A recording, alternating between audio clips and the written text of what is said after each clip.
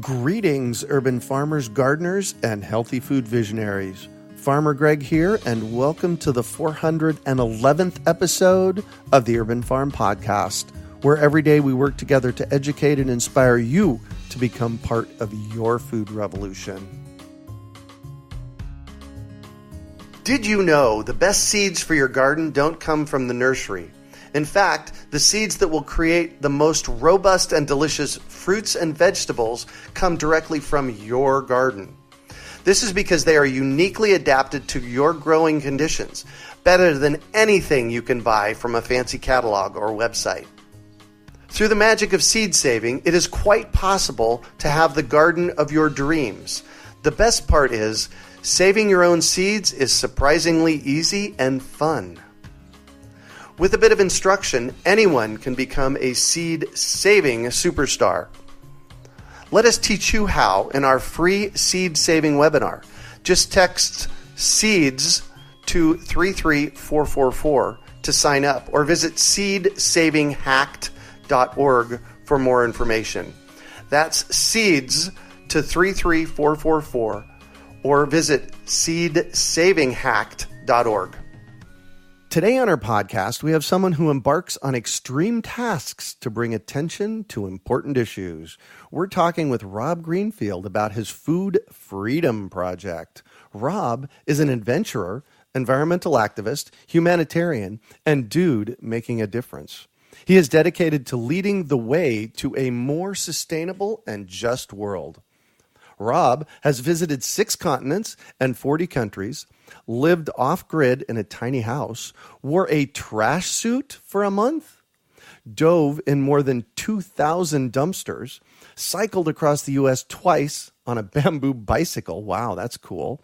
Traveled over 7,000 miles from Brazil to Panama, relying on the goodness of humanity, participated in a cross-country good deeds bike trek, and shared all of this to inspire others to change. His next project, which is a really cool one, he is going to go an entire year without eating food from grocery stores, restaurants, or even eating or drinking at a party. He will be growing and foraging 100% of his food for an entire year. Welcome to the show today, Rob. Are you ready to rock? Sure am. Thanks for having me. Awesome. So I shared a bit about you. Can you fill in the blanks for us and share more about the path you took to get here today? After reading your bio, it's like, oh my gosh, where do you come up with this stuff? Yeah, there's certainly a lot of blanks to fill in. Well, basically, for most of my life, I was living a fairly normal American life. I had a goal of being a millionaire by the time I was 30. Me too. And wasn't focused on these things in life like growing food and living sustainably. In 2011, I started to watch a lot of documentaries and read a lot of books, and just started to realize that my life was causing destruction to almost everything that I loved. And so that's when I realized I wanted to change my life to live in a more sustainable way. And after time, I decided I wanted to not just change my own life, but inspire other people and help other people. And I found as an entertainer, naturally, that one of the ways that I can do that is by doing crazy things that catch people's attention and get them to self-reflect and make positive changes. Yeah, no kidding. Like a trash suit for a month? Tell me about that. That's wow. Yeah, so, the average American creates 4.5 pounds of trash per day. Wow. And, most of us, we never really have to think twice about it because we just put it in the garbage can. And then it's just out of sight, out of mind. And we don't see how much it adds up to. So what I wanted to do was create a visual that would help people understand just how much garbage one person creates in a month. So what I did is I made a special trash suit that could hold 135 pounds of trash. And I just I ate, shopped, and consumed like the average person, and added each piece of trash that I created for the entire month. How'd that go? It was great. I like to inspire people and get people thinking, but do it in a way where they get to choose whether they want to think about this stuff. I don't like to push anything in anyone's faces. So by being out there just covered in trash, I was out there in people's faces, but I wouldn't say anything. People would just walk up to me and say, "What are you doing?" And I'd say, "Oh, I'm just living like the average American. This is how much trash the average American creates in this number of days, whatever day it was." And people's eyes would just light up. So during that process, first of all, which city were you in? I was in New York City, in Manhattan. Oh, wow. So there was one person, I'm sure, that just stands out in your mind. What kind of reaction did they have? Well, it was mostly just people on the streets. And what really caught me was people that would walk up to me and tell me, wow, I just read an article about you a couple days ago, or I saw you on the news. And, since then I've already made changes. For example, this woman, she was probably 40 or 50 years old. She walks up to me, I think I was in Union Square Park, and she says, I saw you on the news a couple days ago, and since then I started recycling for the first time in my life, and I bought a reusable coffee cup. I know these are small changes, but, I'm like 40 years old, and I'm starting now. Those are the days that I live for in my life, when somebody does a shout out to me and says, oh my gosh, Greg, this is the difference you made, and this is what I've done. It sounds to me like that's a big motivator for you too. Yeah, definitely. Let's talk about a bamboo bicycle trek across the U.S. Mm-hmm. Tell me about that. Sure. Well, I've done that 3 times now. The first time was in 2013, and that trip was called Off the Grid Across America. Basically, the idea was to try to cycle across the country and have no negative environmental impact. Uh-huh. So I had set strict rules for all of the key aspects of sustainable living, things that we deal with every single day, whether we think about it or not: food, water, energy, waste, transportation, the things that, for most of us, we just never really think about, but are actions that affect the earth, and just immersed in sustainability for the whole 4,700 miles across the country. Wow. And now you said 3 times. I'll bet there's some memorable stories there. Yeah, the second time was called the Goodfluence Tour, and the idea was I was biking across the country doing good deeds. We were planting lots of gardens, throwing lots of seed bombs. Then in summer of 2017, a tour called Green Riders, and on that trip it was my partner at the time and about 28 others. Almost every single one of us was complete strangers, and we met in Central Park to bike to Seattle, Washington together, planting gardens and doing good deeds basically all across the country. What kind of difference does this make for you every day? I mean, it's got to be something to reflect on. Well, I mean, I have to say, even in my previous life where my goal was to be a millionaire and I was very focused on material possessions, I was a pretty happy person. I've always been a generally happy person. Mm-hmm. But the happiness that I have now in living simply, in living in the service of others, is definitely much more elated form of happiness. I've definitely found that just, living for something greater than yourself, living with a deeper purpose, is just this deeper sense of completeness and happiness that I feel most of the time. Of course, I, have my down days and, I'm sad sometimes, but generally I feel a very deep sense of completeness by living in the service of others. Yeah. I've studied yoga for over 2 decades, and I'm 57, and my sense of it is that you're quite a bit younger than that. 32. It's not all that often that a 32-year-old gets to where you're at in your life at 32. You know that, right? I've definitely been doing a lot pretty quickly. Yeah. And, to get to a place of service, seva, they call it, in yoga. Wow. I'm doing a virtual high five for you, man. Good job. High five back, brother. So is there some one person in your travels that really sticks in your memory? I sometimes have a hard time because there's just so many things, and often it just kind of blends together into these, grand adventures. Mm-hmm. So what pops into my mind at this exact moment was a guy named Brad. I had just outrun a tornado.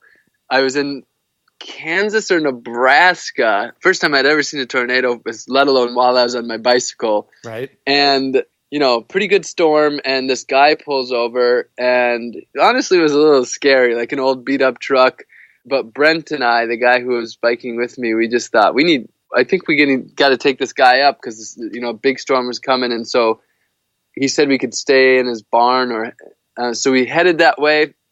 And we were both kind of worried, like it was the beginning of what could be sort of a scary movie. And then we show up and it's just the yard is full of kitties and there's a drunk dog and there's animals everywhere. And his wife comes out, Marsha. She was super nice. And it was just one of those experiences where, just random person on the road just said, hey, come stay at my place. I can see you need to get out of the storm. Yeah. And I remember the next day, Marsha took a bag of cherries out of the freezer. And all day long, I was eating frozen cherries. Oh, nice. Across Nebraska or I think Kansas. I don't remember exactly what state it was. Well, and it sounds like with your trek across South America, you've done a fair amount of the counting on the goodness of others. Yes. So one thing that is interesting is in our culture in the United States, it is considered a good thing to give to others. That's kind of universally truth, something that everybody thinks. Yet, we have this very hard time accepting from others. Right? And I think to be the best at giving, to be good at giving, and to understand the feeling of receiving, I have to be put into those shoes. And now, I'm a privileged person growing up in the United States as a white male. Yeah. So life is fairly easy. Mm-hmm. And the thing is, by traveling with no money, what it does is it immerses me into a situation where I am vulnerable. Of course, acknowledging that I made myself vulnerable. But, by landing in Brazil with no money, I was basically dependent upon the kindness of others, and I needed to accept help from others. There's a whole lot to say about that, but the biggest picture is learning to be humble and learning to be helped. And one of the reasons that I wanted to do that is so that I would be better at living in the service of others. Yeah. Well, and better at receiving. Yes. Because you're right. So many people out there struggle with receiving. And if you do that, it kind of shuts down the flow. It does. And I want to live in a world where we share with each other openly, where we share each other's resources, whether that's food from our garden, our skill, what we went to school for 4 or 8 years, whatever it may be, whatever abundance that we have, sharing that with each other. And in that way, we can be less dependent upon money, on corporations, on government, when we can simply be there for each other. Mm-hmm. That's the community piece. That is so important. So what is one of the most transformative events that you've gone through? One of the most transformative events that I've gone through. I always have a hard time picking out like individual things. My general response is the last 7 years of my life, Right. Day after day. But definitely, the first time that I ever landed in a far-off country with no money, well, not a far-off country, it was Mexico, and I was in San Diego, so it was just one country. Uh-huh. But I was 13 miles from home, and I landed there with just the clothes on my back and my cell phone that I used just for pictures. I turned it on airplane mode. And that, I walked out of the airport, I knew town was 10 miles away, and I just stuck my hands up in the air and just, walked south, because that's the way that town was. And I would say that, having nothing, no resources, that is, super transformative. And you don't have to go to a far-off country to do that. You can do it right at your own backyard. You can do it right in your own city. You can just leave your house without your cell phone, without your credit card, without your wallet, without your car, and just spend a day in your community with nothing. That can be a transformative experience right there. Yeah. I had something like that happen recently. I left my wallet at home. I went out to Arizona State University where I was speaking one evening, and I pulled into a parking garage that I needed to pay for. I had to get real creative. I had a couple of friends on campus, and it's like, all right, here's the deal, guys. I don't have my wallet. Can you help? And, they were more than happy to step up. You're right. It puts you in a different place. Absolutely. It's that's another big part about it. Problem solving, critical thinking, two things that I think are just utterly important to have a successful society. And a successful life. Mm-hmm. So you're going to live a full year on growing and collecting your own food. No grocery stores, no drive-thrus, no midnight runs to the corner store. How are you going to do this? I'm really curious, and I want to follow up afterwards, too. And I should also say no dumpster diving, because a lot of people know I've raised awareness about food waste, and I've eaten out of hundreds of dumpsters all across the country. Got it. So no dumpster diving either, just grown or foraged from the wild. And I start in, 2 days. So I have a few meals left before it begins, and I am mentally prepared, basically. But I mean, this is going to be quite the experience. Food is a central part of all of our lives, and not being able to go to the grocery store or restaurants, eat food at other people's parties, it's going to be a deeply immersive experience in, connecting deeply with my food. And so you have a plot of land, you're going to be growing food. Yeah, so basically the situation that I'm in is I'm in Orlando, Florida, so an urban environment, and the idea is I want to be in a place to show what can be done in the city, not in the countryside where land is limitless. Right. And so I just finished building my tiny house, finished it for about $1,500, and it's 99% repurposed materials it's 100 square feet. Wow. So I have this set up in someone's backyard that I met here. We're doing a work exchange. So it's a woman who's about 60 years old. And so I built her a big garden in her front yard. I got bees, helping her homestead. It's been a dream of hers for over 25 years to homestead, and so I'm helping her do that. So I have a small plot here, but I have gardens in 4 different yards around the neighborhood. So that's really how I'm doing this, and with each of those gardens, the idea is they eat some of the food, I eat some of the food. So every time I grow a garden, it benefits others as well. Yeah, beautiful. So what are you going to do for butter or oil to cook things in, saute things in? I am going to be harvesting coconuts. That's one of the great blessings of living in Florida, is there's an abundance of coconuts, and I am yet to actually do it, but I know that I can make coconut oil. Yeah. So I'll probably, for the first week or two, I probably will be, I won't have any oil until I get my butt around to making some coconut oil. But also I will be eating fish that I catch in the ocean, which is about 50 miles from here. And so there's oil naturally present in the fish. Right. What other things that we count on a day-to-day basis are you thinking that you're going to be foraging for, and how are you going to do it?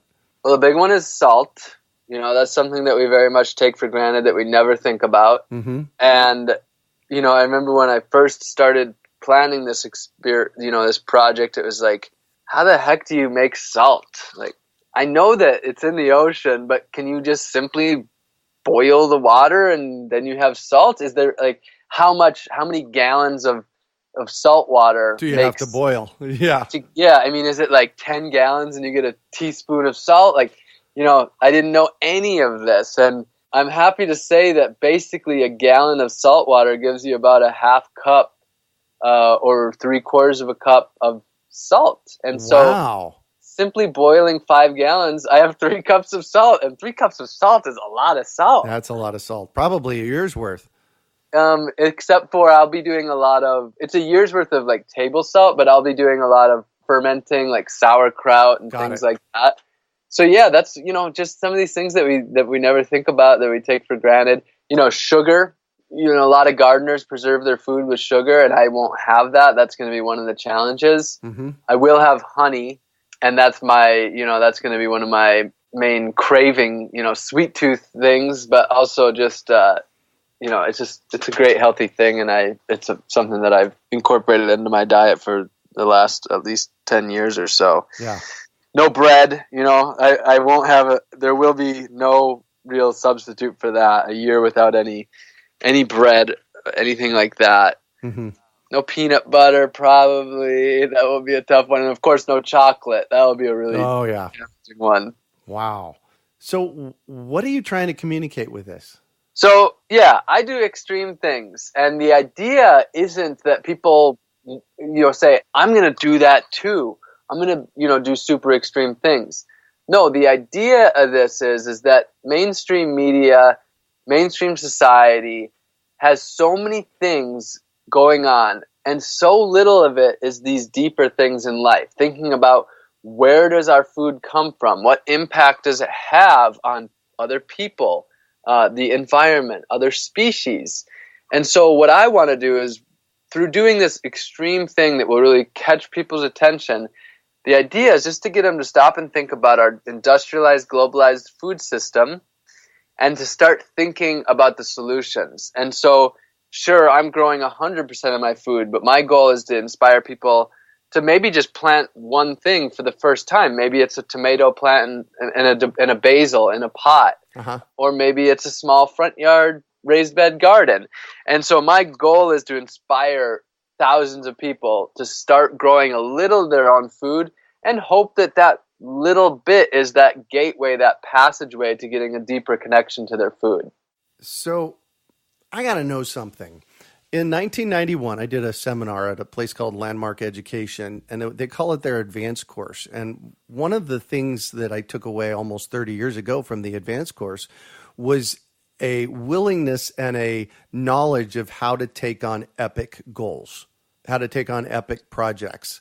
So that's kind of my creation story about how I learned to do that. Is there something that happened for you that taught you how to do this epic stuff? Or, yeah, what's that story? Really what it is there's a couple of things. Because, everything in life is a matter of perspective. And so most of us go about living in the way that society tells us to live, what is considered normal. So, here in the United States, there's a general set of social norms. Mm-hmm. And, most of us are raised to just kind of do those social norms. And that results in typically a not epic life, not epic goals, rather just kind of falling within that sort of standard way of life that millions and millions of people do. I did want to be normal for a while, but then what happened is I realized that normal is what creates all the things in the world that I don't like. It's the things that creates the destruction of everything that I love. So first of all, when I decided normal wasn't right for me, that meant I was going to be different. Embracing and being not just embracing, but excited about the idea of being different from everyone else is a step in allowing yourself to do epic things. The other thing is, what held me back for the longest time was worrying what other people would think, social stigmas. And when I stopped, it took years, but the goal was to stop worrying what people would think. And as I shed the unnecessary aspects of my life, started to not buy clothes anymore and just, wear a very minimal number of clothes, shed most of my material possessions, started to live with less money, focus on what matters. What I found was over time, every little thing I used to care about what people would think, just less and less and less. And what I did is I was able to create a new lens to look at life. And that lens was no longer, what will people think about me? Every time I would think of something that I wanted to do, it used to be that the first question would be, whether consciously or subconsciously, what will people think? And now the question is this beneficial for the earth, my community, and myself? And that's the lens that I now try to look at every action that I take. And for me, it's a matter of totally shaking up that foundation, that groundwork of what it means to be a person in 2018, and looking at everything through a totally different lens. And that's what's allowed me to do things that appear epic, but to me are just everyday, average, normal life. Right. You pitched that at me, and I distracted myself with the epicness of everyday normal life. That's cool. So my listeners all know that I'm always looking for epic, and usually when I'm doing an interview, there's a point at which their epic shows up, and all of our conversation today has been epic. So another virtual high five for you, man. All right, high five back. So I'm going to shift on you, and I'd like for you to talk about a time you failed, how you overcame that failure, and what you might have learned from it. Well, I'm failing at the moment, actually. as you know, I'm starting my project on Sunday of growing and foraging 100% of my food. Problem is, I planted my fall garden about 3 weeks ago, and basically no seeds came up. Oh. So I'm starting in 2 days, and I don't have most of the foods that I hope to have. Not only that, but I had also planted it like 6 weeks late in the first place because I was just kind of busy. Yeah. So, I don't have so much of what I was hoping to have. Lots of greens, carrots, beets that I was going to preserve. 50 or so vegetables that I planted. That could be a problem. Yeah, I mean, so the good news is that I will have what I need. It will just be less luxurious. So it's not that I won't get my calories and my nutritional needs. It's just that I will be eating a pretty monotonous diet for the next 6 weeks probably. Now, here's the thing. I guess what you could say what I'm doing to pull through that is flipping the perspective. I quickly became excited and actually sort of no longer think of it as a failure, and here's the reason why. I yearn for simplicity. I so respect cultures that really subsist off of a small variety of different foods where you basically eat the same thing day after day after day for years and years and years. And, that's something that I would love to attain. So this is going to force me to immerse in that for the next 2 months or so. I've got a lot of cassava or yucca planted, and there's a lot of wild yam, plus fish, and then greens. And so that's going to be mostly my diet for the next 6 weeks, 2 months, something like that. Could you go work on a farm in exchange for food? Would that count? I would have to go there, plant it, and be there every day to raise it, and then I could eat it. Ah, got it. I have to truly grow it to be able to eat it. There's an ethic involved here, because I just tossed you a way out, but you've got your game in play, and it sounds to me like you're sticking to it. I think there's almost no chance.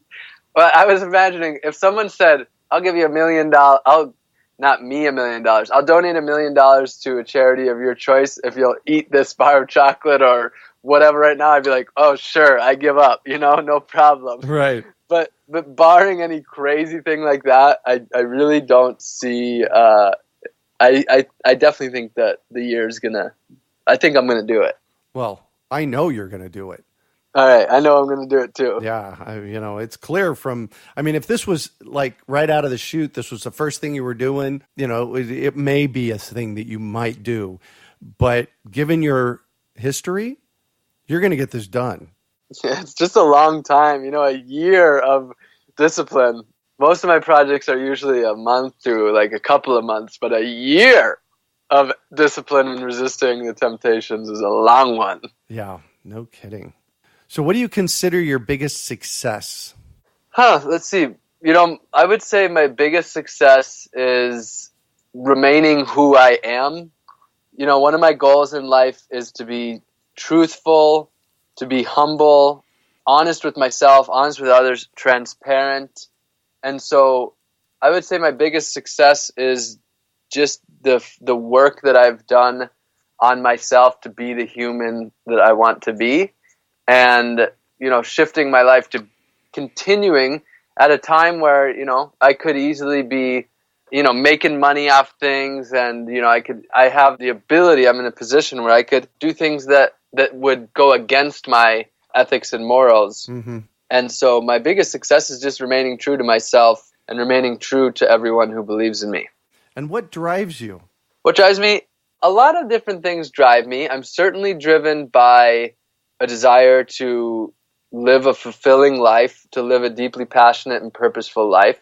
I'm definitely not altruistic because altruism is when you give to others and you get nothing in return. But the thing is, the more that I make other people happy, the happier that I am and the more passionate and purposeful that I feel. So there's no question that I gain so much from living this lifestyle. So that's certainly a motivator and drives me. Truth is definitely something that drives me, like always seeking out the truth, not being sold an idea by corporations and, not believing things that are, false lies that are, put out to us every single day. That's another thing that motivates me, and making sure to not support to support what I love and not support what is causing harm to the world definitely drives me every single day to keep going. One of the things that I took on in my life many, many years ago is I don't do against. Yep. I always do for.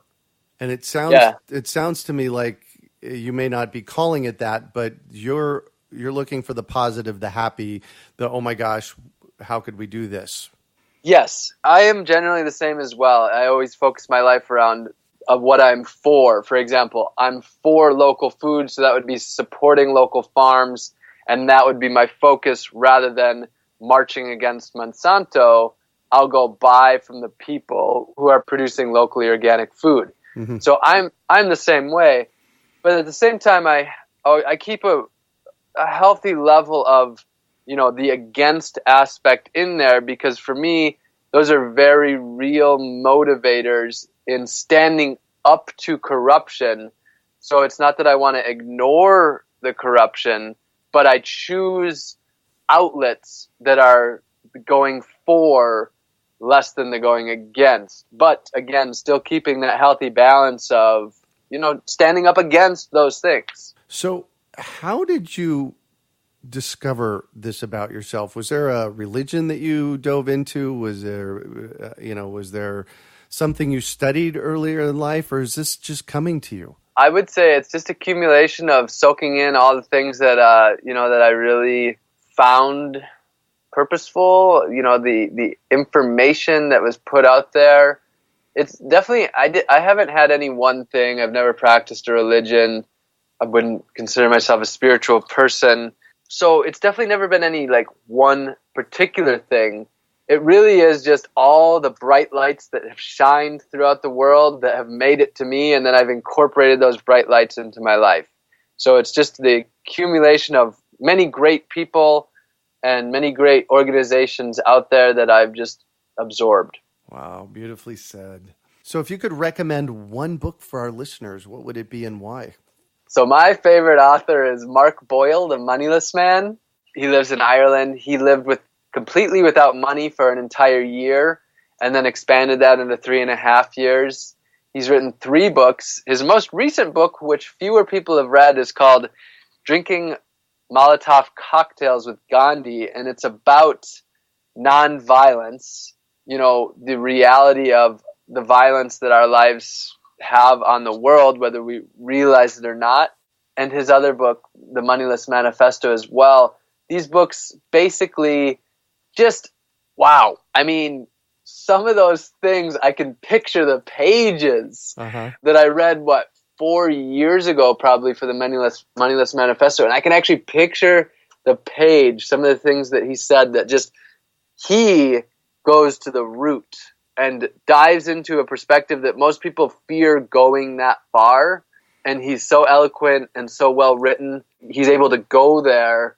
Now, I'm sure some people think he's totally crazy, but he's able to go there and not seem totally crazy, which he's not. Highly recommend his books. Nice. Thank you. So what one final piece of advice do you have for our listeners? I guess my final piece of advice, I know that what I keep seeing as just a common thing amongst my peers, my friends, people that I meet all across the United States and around the world, there's just this common question of, where do I start? So many people have awoken to what's going on in the world. Mm-hmm. And so many people want to change their lives. Like, it's in the tens of millions of people, I'm sure, in the United States alone that have woken up over the last 5 or so years to the problems and just, are rethinking life.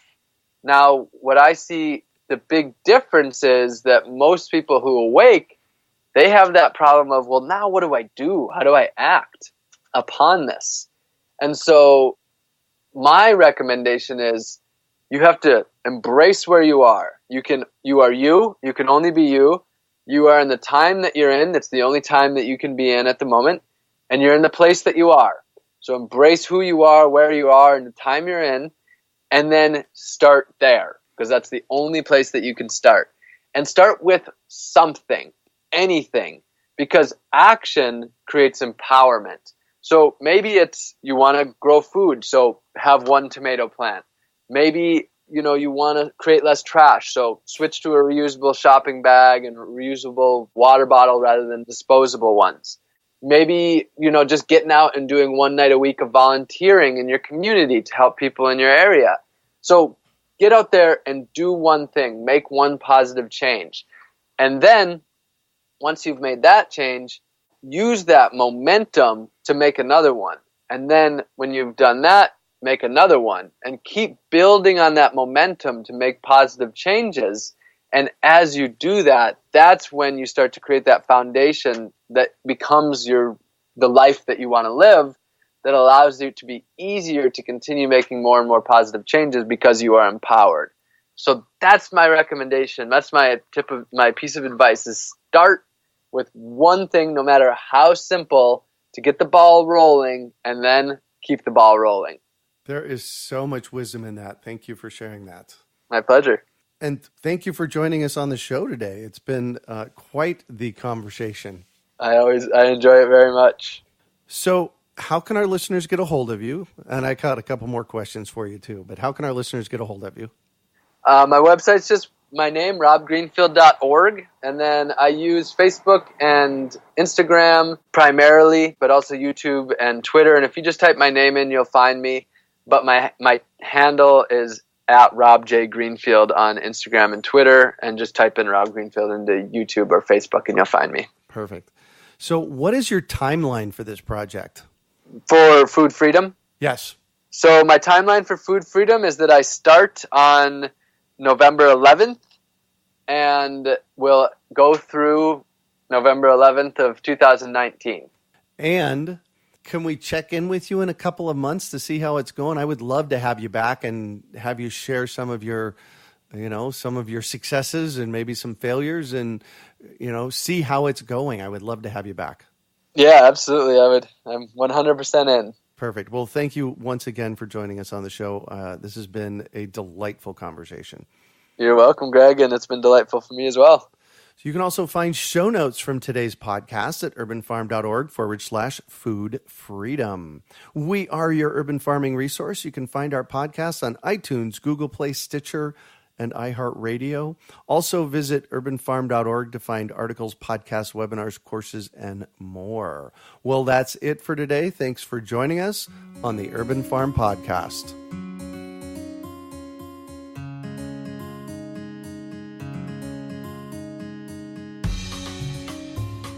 Claiming your inner urban farmer is easy. Grow food, share it, and name your farm. Then let the world know you're an urban farmer while supporting our podcast. Pick up your Urban Farmer bling, hats, and t-shirts at imanurbanfarmer.com. We hope you enjoyed today's episode of the Urban Farm Podcast. Remember to listen for tips, advice, and resources to help you on your journey with urban farming. You can find us on the web at urbanfarm.org or send us an email to podcast@urbanfarm.org. In the words of Vincent van Gogh, great things are done by a series of small things brought together. Be encouraged that with each lesson learned and skill developed, you are one step closer in the direction of your dreams.